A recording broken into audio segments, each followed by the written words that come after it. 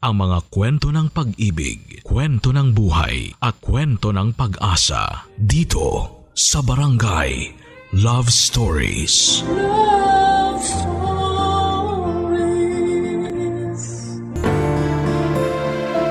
Importante ang pagkakaunawaan sa isang tahanan upang magkasundo-sundo ang bawat miyembro ng ating pamilya.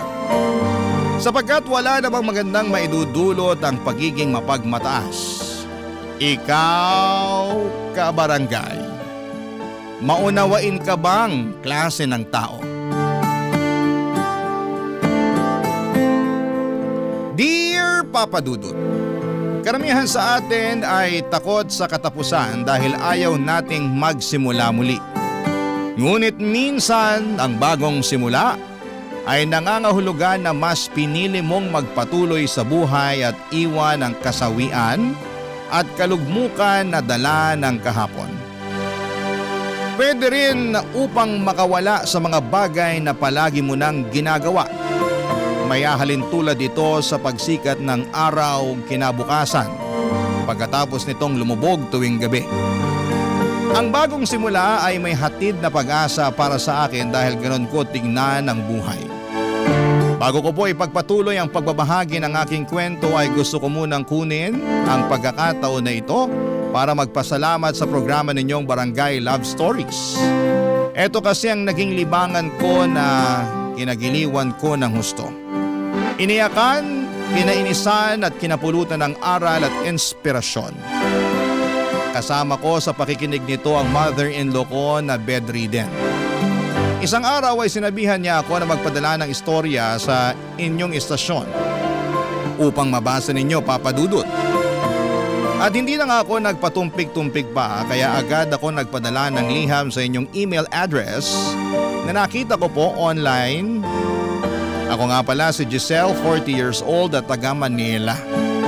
Maaga akong naulila sa mga magulang noong pareho silang namatay sa isang aksidente. Bali lolo at lola ko na lamang po sa mother side ang nagpalaki sa akin.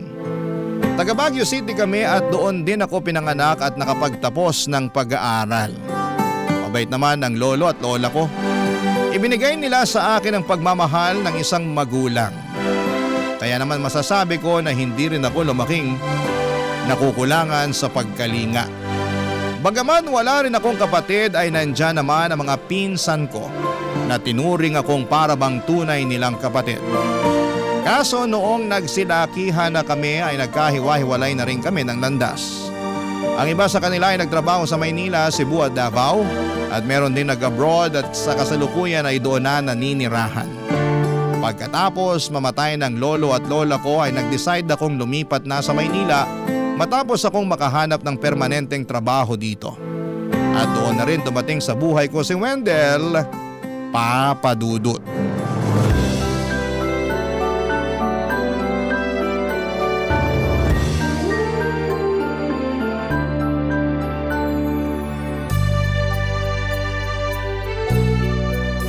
Mami, si Giselle po pala, girlfriend ko.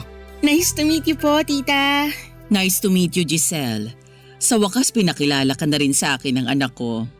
Opo. Kailan nga ba ulit naging kayo? Bale, last week lang po talaga ako sinagot ni Giselle. At niligawan mo siya ng 1 taon, tama? Opo, Mi. Bakit naman umabot ng ganong katagal, Giselle? Hindi mo pa ba mahal ang anak ko noong mga panahon na yon? Hindi naman po. Hindi po kasi priority ni Giselle ang pagbo-boyfriend that time, pero mapilit po ako. Gusto ko po kasi talaga siya, kaya sinabi ko sa kanya na patutunayan ko yun. Ah, oo. Iba ka nga pala pag nagkagusto. Talagang gagawin mo ang lahat para makuha lang to. Opo, tsaka seryoso po ako kay Giselle. Mabuti naman naramdaman mong seryoso sa'yo ang anak ko. Ganun na nga po. Kaya nga po nung nanligaw siya pumayag ako. Doon ko mas nakita na seryoso sa akin si Wendell tapos unti-unti nahulog na ako sa kanya. Pero inabot pa rin ng halos 1 taon ng panliligaw sa akin ng anak ninyo. Bakit? Hirap ka bang pagkatiwalaan ng anak ko kahit na nahulog ka na sa kanya? At nalaman mo na rin na seryoso siya sa'yo? Siguro po kasi hindi pa naman ako nagkaka-boyfriend. Kumbaga, wala pa akong karanasan.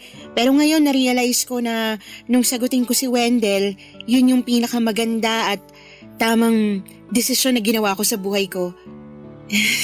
Iba po kasing magmahal at mag-alaga ang anak ninyo. Siyempre, pinalaki ko sa pagmamahal ang anak kong yan.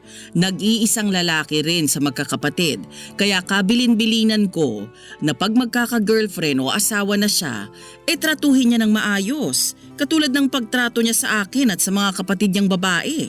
Kaya naman po pala lumaking mabuting tao si Wendell kasi mabuting tao din po ang mami niya. Naku, sinabi mo pa, babe. Ang mami ko yung pinaka-the best mami sa lahat. Kaya nga mahal na mahal ko siya eh.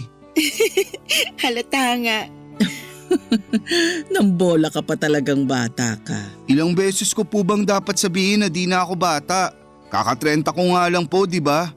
Baka mamaya isipin ni Giselle masyado akong mamas boy. Ano naman kung maging mamas boy ka?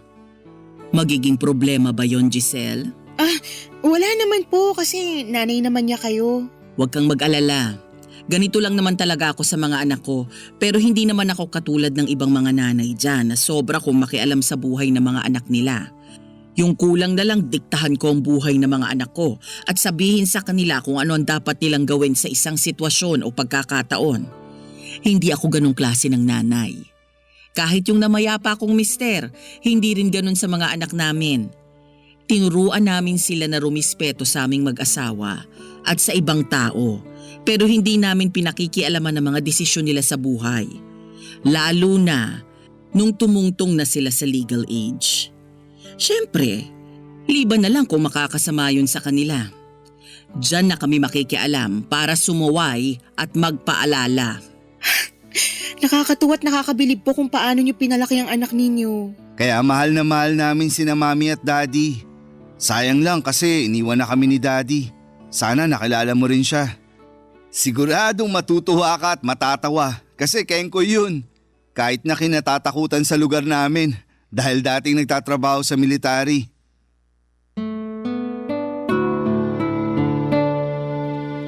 Papa Dudut, pinakilala sa akin ang katrabaho ko si Wendell nang minsan akong sumama sa birthday party niya na ginanap sa isang hotel. Second cousin niya kasi ito and that time ay pareho kaming single. Pero choice kong hindi pumasok sa pakikipagrelasyon dahil mas focus ako sa aking career. Kaya nga noong naging kami ay malapit na rin ako noong mag-30 anyos. Kung ilalarawan ko si Wendell ay marami akong masasabing mabubuti at magagandang bagay sa kanya. Bukod sa gwapo, mapagpasensya, maunawain ay napaka-gentle and sweet ng boyfriend ko. Isang taon din niya ako niligawan at masasabi ko na sobrang tiyaga niya at hindi siya napagod sa akin. Doon ko napatunayan kung gaano siya kaseryoso sa intensyon niya sa akin at pagmamahal. Hindi po nagtagal ay pinakilala niya ako sa mami niya. Hindi kasama ang mami ni Wendell sa naturang birthday party kung saan kami nagkakilala dahil nasa out of town trip sila ng kanyang asawa. Kung ilalarawan ko ito ay masasabi ko na may pagka-estrikta at matapang ang boses nito. Pero mabait din naman. Pinaramdam niya sa akin. Nasuportado niya ang relasyon namin ni Wendell kaya naging panatag na ako sa kanya. Noong nabuntis ako ay tumira muna kami sa bahay nila pansamantala kaya doon ko lalong nakilala ang nanay ng kasintahan ko.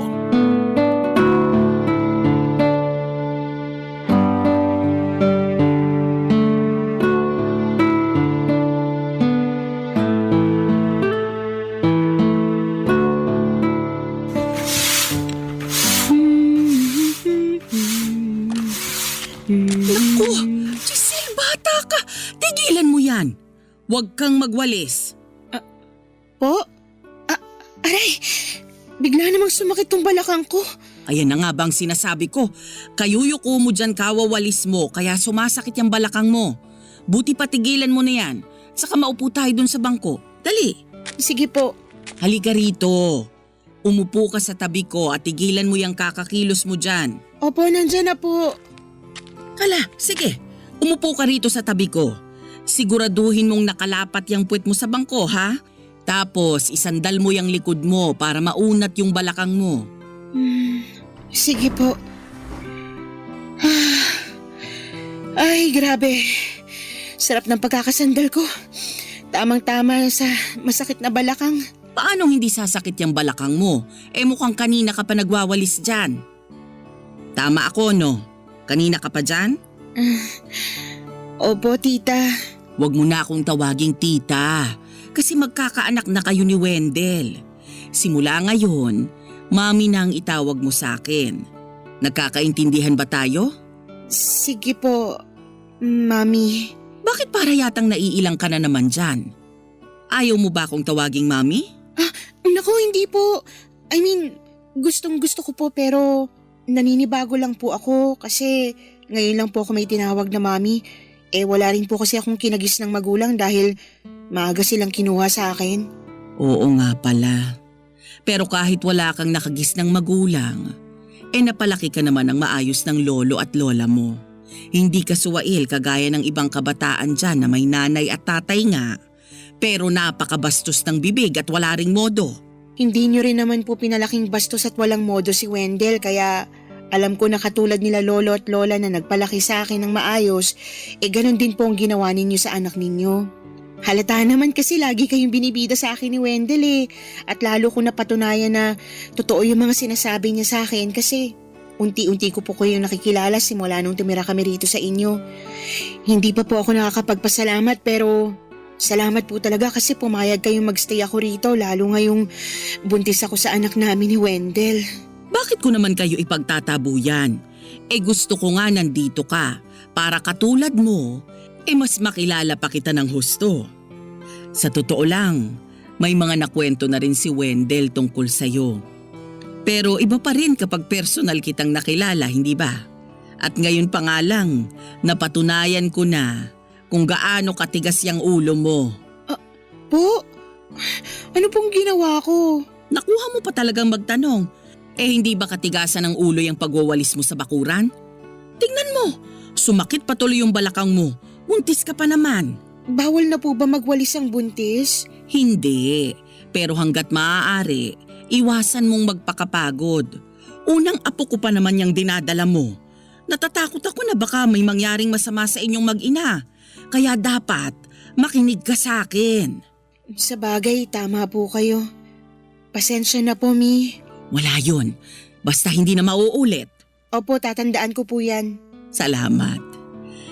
Ay, alam mo, tinanggap kita sa pamilya at pamamahay namin kasi nakita kong mahal na mahal ka ng anak ko.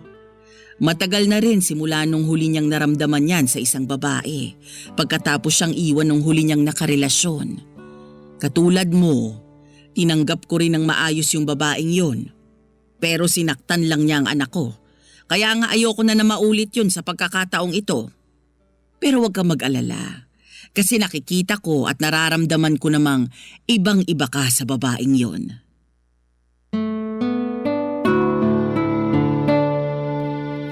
Papa Dudut, hindi ko minasama nung pinagsabihan ako ng nanay ni Wendell tungkol sa pagwawalis ko habang nagbubuntis ako. Kasi alam ko na iniisip lamang niya ang kapakanan namin ng anak ko. Unang apo rin kasi niya ang dinadala ko, kaya gano'n na lamang siya ka-protective. Bukod doon ay may pinag-usapan pa kami tungkol sa plano niyang pag-alis ko sa aking pinagtatrabahuhan.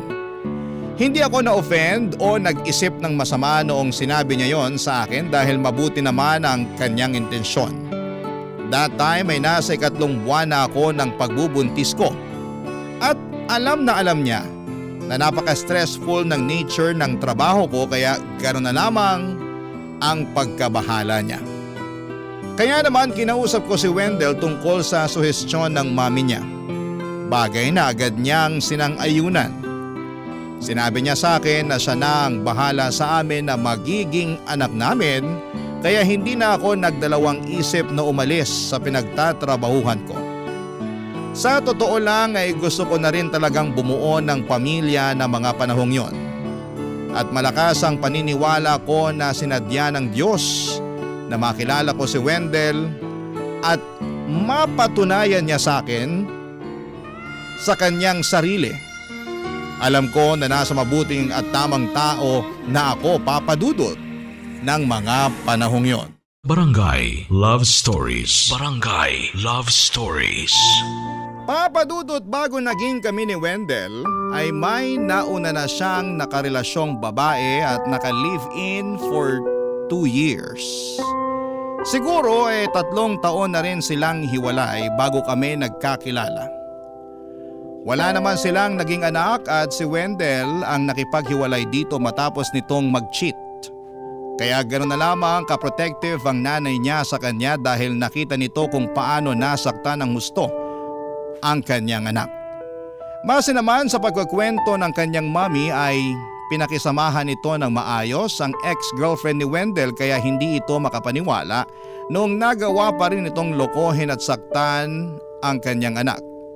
Kahit ako na magulang ay magiging mapanuri at maingat na rin sa mga susunod na makakarelasyon ng anak ko dahil ayoko na ulit mangyari ang bagay na yon.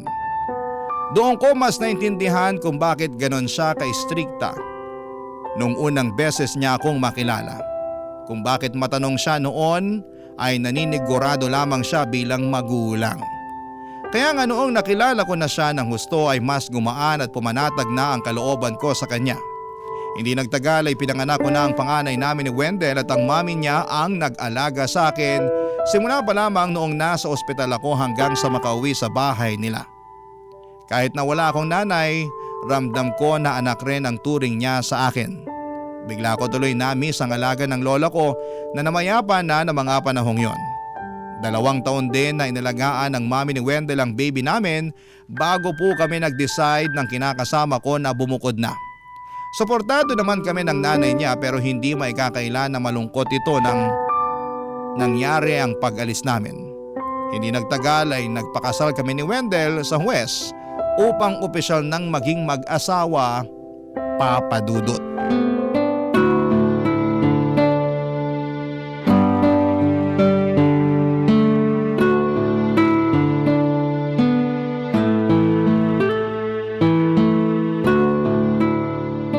Mamaya ako na lang huhugasan yung mga pinggan na pinagkainan natin ha. Magpapahinga muna ako kasi kakakain lang natin. Ay, naku, Mi, wag na po. Ako na po maghuhugas ng mga pinagkainan natin. Anong ikaw? Ako na. Pero mamaya ng konti. Baka kasi sumakit ang tiyan ko pag tumayo ako agad.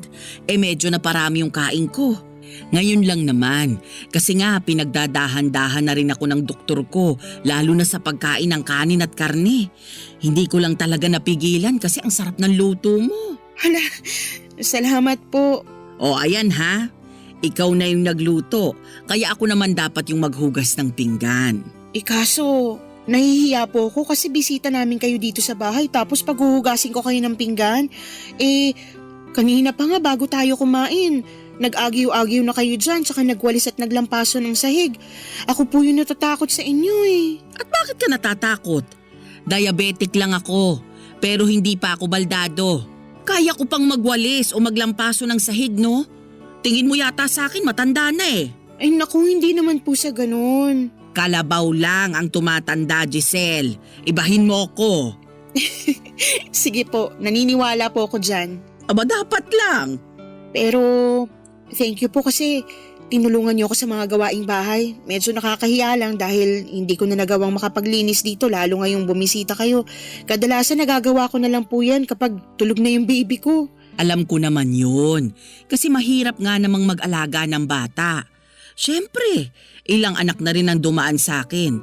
Kaya huwag ka nang mahiya dyan. Lalo na sa edad na yan, naku, kailangan hindi talaga mawalay sa tabi mo o hindi maaalis sa mga mata mo kasi siguradong nakakakaba ng dibdib. Ay sinabi niyo pa po. Kaya nga pag nandito si Wendell siya po yung madalas na gumagawa ng mga gawaing bahay. Tinutulungan ko na lang siya kapag kaya ko naman. Tama rin naman na magtulungan kayong mag-asawa sa mga gawaing bahay. Pero kung pwede naman na ipagpabukas, wag na nating piliting tapusin ng isang araw. Halimbawa, yung pagtutupi ng damit na nilabhan. Kung pagod ka na ng kalalaba at kasasampay, sa sunod na araw mo na tupiin. Sa kabahay nyo to, yung mga bisita nyo yung mag-adjust sa kung anumang datna nilang itsura nito. Mami talaga. Nakakahiya pa rin po yun. Kaya nga po hanggat maaari, wala akong pinapapuntang kaibigan at dating katrabaho rito sa bahay namin kasi ang gulo-gulo, ang kalat-kalat. Saka na lang siguro kapag malaki-laki na si baby. Hayaan mo at dadalasan ko yung pagbisita ko rito para naman matulungan kita sa mga gawaing bahay. Hala, wag na po. O bakit? Huwag mong sabihin na mahihiya ka na naman. Ganun na nga po. Puro kahiya.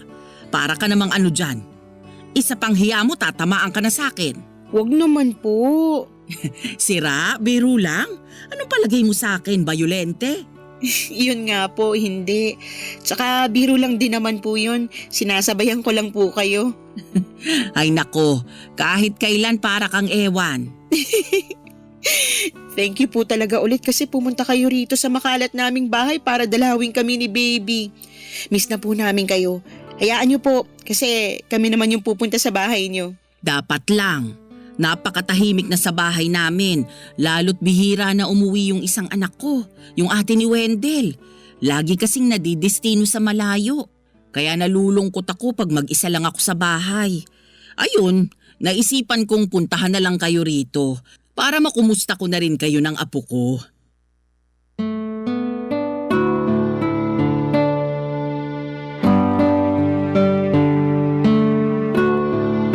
Papadudod, sobrang thankful ako sa pagkakaroon ng mabuti at maalalahaning mother-in-law.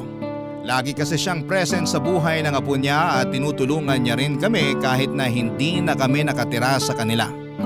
Sobrang na-appreciate ko ang pagbisita niya sa akin para maglinis ng bahay namin at ipagluto ako dahil alam nga niya ang hirap ng isang ina. Bilang ganti ay tinuring ko siya na para ko ng tunay na nanay. Mahal na mahal ko ang mother-in-law ko at alam ko na ganon din ang turing niya sa amin. Kaya nga masaya ako kapag bumibisita siya sa amin at excited akong makita siya pag kami naman ang nasa bahay nila. Marami na yung tinuro na aral at diskarte sa buhay bilang nanay sa akin ng mother-in-law ko. Kaya labis din ang pasasalamat ko sa kanya. Sa loob ng 9 na taong pagbubukod namin ay di nawalay ang biyenan ko sa kanyang apo. Kaya nga sobrang close sila ng aking anak. Marami siyang tinuro rito katulad ng paggalang sa mga magulang, pagrespeto, paggamit ng po at opo at pagkakaroon ng consent. Minsan napapatanong pa rin ako sa Diyos kung ano ang ginawa ko sa nakaraang buhay ko upang biyayaan niya ng mabait at mabuting mother-in-law at pamilya.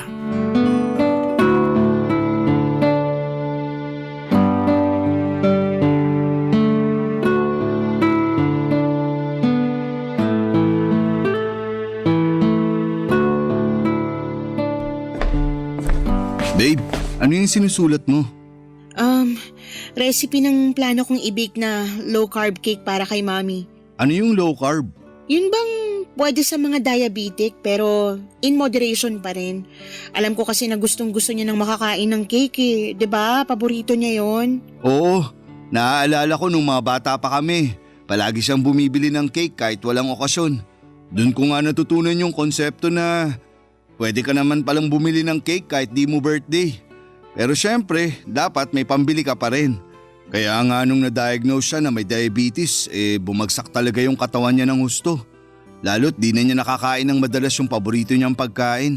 Kaya nga gagawa ako pero hindi ko rin naman dadamihan yung paggamit ng artificial sugar para safe pa rin sa kanya. Tsaka para na rin sa atin. Naisip ko, panahon na para magsimula tayong kumain ng healthy. Lalo na nasa lahi niyo yung pagiging diabetic. Oo, pero naniniwala ako na malaking factor pa rin sa mga nagkakaroon nito yung lifestyle nila. Kaya suportado mo ako dyan sa plano mong pag-healthy living natin. Excited na tuloy akong simulang gawin to kahit na medyo challenging kasi kakaiba yung paraan ng pagbibake nito sa typical na kinasanayan natin eh. Pero kaya ko to. Naniniwala ako na kaya ko to. Ikaw pa ba? Sa ating dalawa kung anong ginusto mo kakayanin mo talagang gawin. Kaya nga bilib na bilib ako sa asawa ko. Pakis nga. Sus ng bola ka pa talaga. Ang sabihin mo, gusto mo lang kumis. Bawal ba? Sinabi ko ba? Sige, kiss na. Ayan, sige. Kahit kailan talaga para kang bata. Daig mo pa yung anak natin. Sa inyong dalawa, mas malambing ka talaga. Oo naman. Kahit na umabot na tayo ng ilang taon na nagsasama bilang mag-asawa hindi nawala yung pagmamahal ko sa iyo at sa anak natin. Pati na rin yung dedikasyon ko na maitaguyod at mabigyan ng maayos na buhay yung pamilya natin. Oo, di man ako perpekto kasi may pinag-aawayan pa rin tayo pero lagi mong tandaan na mas mahalaga kayo ng anak natin kesa sa mga away natin. Oo naman. Alam ko naman yun kaya nga thankful ako kasi ginagawa mo yung best mo para sa amin ng anak natin. Tingnan mo nga, di mo na ako pinagtrabaho. Sitting pretty na lang ako dito sa bahay natin lalo ngayong malaki na yung anak natin at hindi na masyadong alagain. Salamat sa pagpuprovide mo sa amin ng anak mo. Salamat din sa pagiging mabuting housewife at daughter-in-law sa mami ko. Na-realize ko na sobrang swerte niya sa'yo. Lalo ngayon na plano mo pa siyang gawan niyang low-carb na cake. Naku, ako nga ang maswerte kasi siya ang naging mother-in-law ko. Sa dami ba naman ng mga horror stories tungkol sa mga biyenan super blessed talaga ako kasi napakabait at napakamaalalahanin ng mami mo. Kaya nga mahal na mahal ko siya na para bang tunay ko ng nanay. Ang totoo, dahil sa kanya, naramdaman ko ulit na magkaroon ng magulang. Simula kasi nung mamatay sina lolo at lola kinain ako ng matinding kalungkutan at takot na rin na hindi ko alam kung saan nanggagaling. Kaya siguro mas tinatagan kong loob ko at sinabi ko sa sarili ko na kakayanin kong mabuhay na mag-isa. Kaya rin matagal bago kita sinagot sa panliligaw mo. Pero ngayon na may mabuting asawa na ako sa katauhan mo at may mabait na mother-in-law, na-realize ko na pamilya at makakasama pala yung kailangan ko.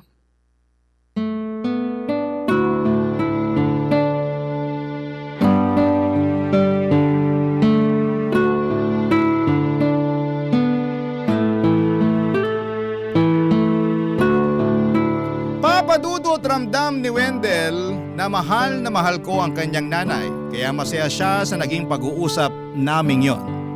At masaya rin ako dahil maligaya ang aking asawa. Gusto ko ring magpasalamat sa Panginoon kasi siya ang binigay sa akin upang makaisang dibdib ko. Maging tatay ng anak namin at makasama hanggang sa aking pagtanda kong luluubin. Marami-rami na rin kaming pinagdaanan ni Wendell. Hindi naman sa lahat ng pagkakataon ay maayos ang aming pagsasama.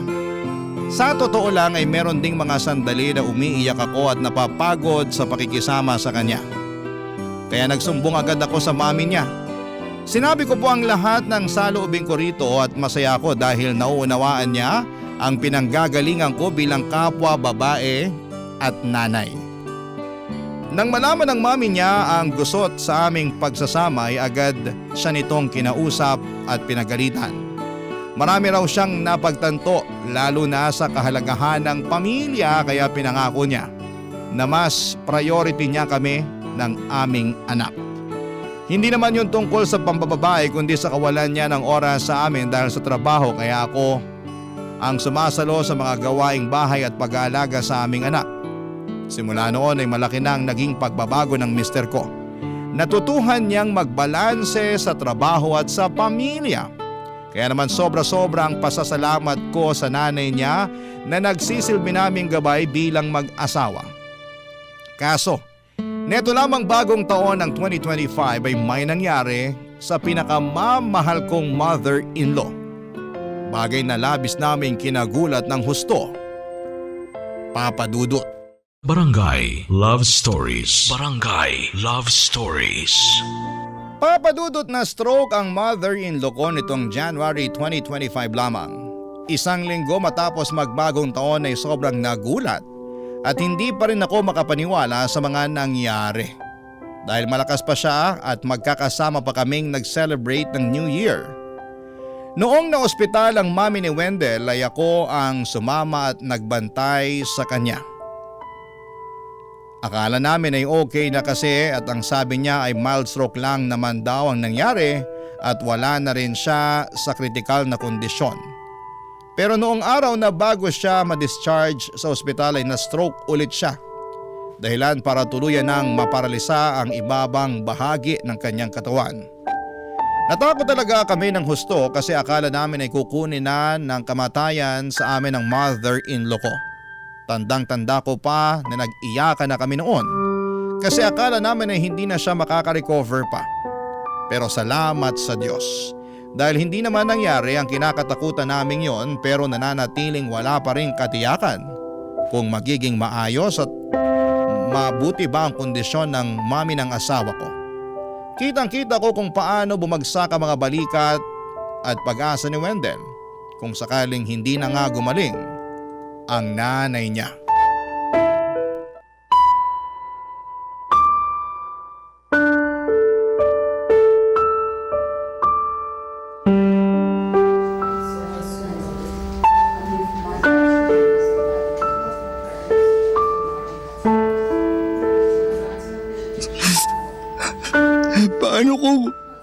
Paano kung hindi na makarecover si Mami? Paano kung kunin na talaga siya sa atin ng Diyos? Parang hindi ko matatanggap yun, babe. Naniniwala ako na hindi pa bibitiw si Mami, babe. Di ba, nung binisita natin siya kanina lang bago tayo pumunta rito sa chapel, gising na siya. At nakikipaglaro na sa anak natin kahit paano. Oo, hindi niya maigalaw yung mga binti niya pero nagagalaw pa naman niya yung mga kamay niya. At kahit na nanghihina ay pinipilit pa rin niyang magsalita. Ayun na nga. Mas lalo lang ako nasasaktan kasi nagkakagano na si Mami. Hindi ko talaga matanggap na sa dinami-rami ng tao sa mundo, lalo na yung mga masasama, sa kanya pa nangyari yun. Bakit siya pa yung na-stroke, di ba? Tridor kasi talaga yung sakit na yan at may edad na rin naman si Mami. Pero kagaya nga nung sinabi ko, hindi pa siya bibitaw kasi ayaw pa nun naiwan tayo. Gusto niya pang makita na gumraduate sa high school at makapag-college ang anak natin, di ba? Oo. Lagi niya sinasabi na gusto niyang pumasok sa Air Force yung anak natin. Kasi pangarap yun ng tatay namin bago siya napasok sa Army. Pero syempre, kung ano pa rin ang gusto yung kurso ng anak natin, yun yung masusunod. Nakikita ko naman na gustong sundin ng anak natin yung pangarap ng lolo niya. Halata naman kasi na napakahilig sa mga eroplano. Kaya nga Kaya sana hindi pa mawala sa atin si Mami. Malakas ang mami mo. Sigurado akong lalaban siya. Babe, lalabanan niya yung sakit niya. Sana nga kasi hindi pa ako nakaka-recover sa pagkawala sa amin ni Daddy noon. Kahit na ilang taon na rin yung nakalipas. Ikaw ba, babe? Paano ka naka-recover sa pagkawala ng parents mo? Baby pa kasi ako nung nangyari yun, kaya masasabi ko na wala akong masyadong attachment sa kanila. Hindi katulad nila lolo at lola na tinuring kong para ko ng mga magulang kasi sila naman talaga yung nagpalaki sa akin eh. Pero aminado ako na namimiss ko pa rin naman yung mga magulang ko. Marami akong tanong at sana nung kabataan ko. Mga tanong katulad ng bakit sa kanila pa nangyari yung aksidenteng yun? Bakit hindi na lang sa ibang mga masasama? Bakit kailangan ko pang maulila ng maaga? Sana hindi nawala ng ganun kaaga sina mama at papa para meron pa rin akong mga magulang hanggang ngayon.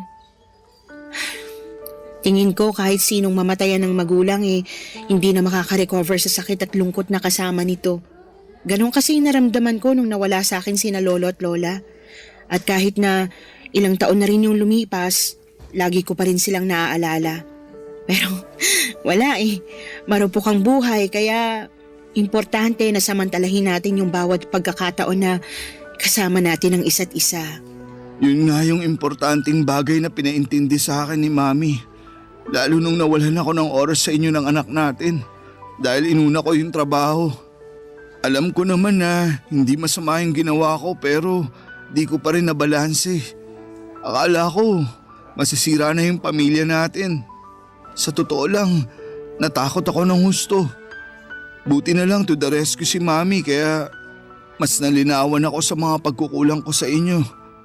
Kaya nga sana magpagaling siya kasi babawi pa ako sa kanya bilang pasasalamat sa pagsalba sa pamilya natin. Oo naman. Gagaling si Mami. Lalakas siya at makaka-recover. Salamat, babe. Walang anuman. Buti pa magdasal tayo para bumilis ang paggaling at pagbuti ng kalagayan niya. Papa Dudut, hindi nagtagal ay sinabi ko kay Wendell na willing akong mag-move on sa bahay or mag-move in sa bahay ng mami niya upang matutukan ang pag-aalaga rito sakaling makalabas na. Hindi yun inaasahan ng mister ko pero alam ko na noong mga panahong sinabi ko kay Wendell ang gusto kong gawin namin para sa nanay niya ay handa akong tanggapin ang responsibilidad na maaatang sa aking balikat. Lalo na kami na lamang talaga ang pwedeng gumawa noon dahil ang ibang kapatid ni Wendell ay nagtatrabaho na sa malayo. Kaya nga noong napagkasunduan na naming lilipat kami sa bahay ng mother-in-law ko upang masamahan siya at maalagaan, pag-uwi niya doon ay sinimulan na namin ang paghahakot ng aming gamit. Kahit po na nakakatakot na at nakakapagod ang bagong simula, ay masaya naman ako at nagagalak ang aking puso dahil sa desisyon kong yon. Alam ko na sobrang thankful din sa amin ang biyenan ko kasi hindi namin siya pinabayaan. Mahal na mahal namin siya at sangayon ng buo kong pamilya na alagaan siya hanggang gumaling siya. Hindi po nagtagal ay nakalabas na rin sa ospital ang mother-in-law ko at nagsimula na rin siyang mag-therapy sa bahay. Ako ang nag-aalaga at nag-a-assist sa kanya dahil nasa bahay lang din naman ako madalas. Kaya lalo kaming naging close at isa nga sa mga naging bonding namin ang pakikinig ng programa ninyong Barangay Love Stories, Papa Dudut.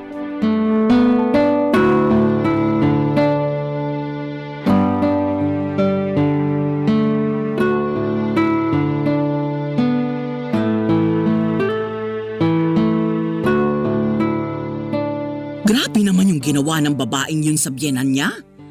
Dapat talaga, di na niya pinadala kay Papa Dudut yung kwento ng buhay niya. Nakakainis lang eh. Kaya nga po eh. Alam ko naman po na medyo pakailamera yung biyena niya pero mali pa rin yung sagot-sagutin niya ng ganun. Tawag doon, respeto pa rin. Kasi mas matanda pa rin naman sa kanya yung tao. Pero minsan, marami rin talagang mga biyenan na akala mo alam nila ang lahat sa mundong ibabaw. Katulad na lang nung biyenan niyang letter sender na pinakinggan nating kwento sa radyo. Kaya ayun, nasagot-sagot tuloy siya ng manugang niya. Pero mali pa rin talaga. Tingin ko po pareho silang may mali kasi hindi nila piniling magpakumbaba sa isa't isa. Oo, yun nga yung eksaktong tawag doon. Dapat naman kasi kahit matanda ka na at ikaw yung biyenan, nakikinig ka pa rin sa manugang mo. Kung ikaw naman yung manugang at mas bata pa, matuto ka pa rin respetuhin yung biyenan mo. Nanay pa rin niya ng asawa mo, no? Oh, kalma na po kayo, Mi. Baka ma-high blood na po kayo niyan. Bawal po yun. Ay, hindi naman ako high blood ha. Inis lang akong kaunti pero hindi naman yung aabot doon. Ay nako, alam ko na kung kanino ako inis. Di lang doon sa letter sender, kundi pati na rin sa biyenan niya. Ang sarap nilang pag-untugin pareho. Grabe naman po yung pag-untugin. Oo, kasi ibabang bahagi lang naman ng katawan ko yung paralisado. Pero ayos naman itong mga braso at kamay ko. Kakasabi ko lang na kumalma po kayo, diba? Kalmado nga ako, Giselle. O sige, wag na lang po natin pag-usapan yung napakinggan natin sa radyo kasi problema na nila yon. Tayo maayos naman po yung turingan natin sa isa't isa, diba? Ay oo naman.